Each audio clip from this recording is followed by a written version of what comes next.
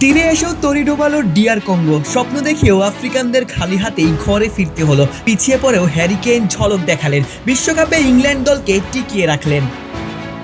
বিশ্বকাপের নকআউটে অঘটনের শঙ্কা জাগিয়েছিল deer Congo. ম্যাচের মাত্র 7 মিনিটেই ব্রায়ান শিপিংয়ের গোলে এগিয়ে যায় দেশটি। বলের দখল আর আক্রমণে আধিপত্য দেখালেও হ্যারি কেইনরা গোলশূন্য থেকেই বিরতিতে যায়।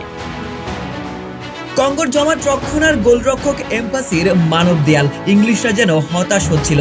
একের পর এক আক্রমণেও ডিয়ার কঙ্গো বেঁচে গিয়েছিল, নেপথ্যে ছিল গোলকিপারই।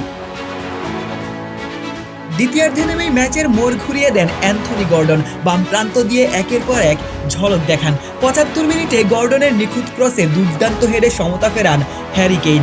বিশ্বকাপ ইতিহাসে কেইনের 12তম গোল। তবে কেইনের জীবনের সেরা গোলগুলোর একটি, কারণ এই গোলেই ইংল্যান্ড জীবন পেয়েছিল। মজুক বিরাট কারবার, জিতে নাও ফ্যামিলি কার, স্পোর্টস বাইক ছাড়াও লক্ষ লক্ষ নিশ্চিত গিফট। সমতায় ফিরে ইংলিশরা যেন আরো ভয়ানক। সাকা গর্ডনরা আক্রমণে কঙ্গো ডিফেন্স কাঁপিয়ে দিয়েছিলেন। 86 মিনিটে আবারও হ্যারি কেইন ম্যাজিক। গর্ডনের পাশে দুর্দান্ত ফিনিশে জোড়া গোল পূর্ণ করেন ইংলিশ।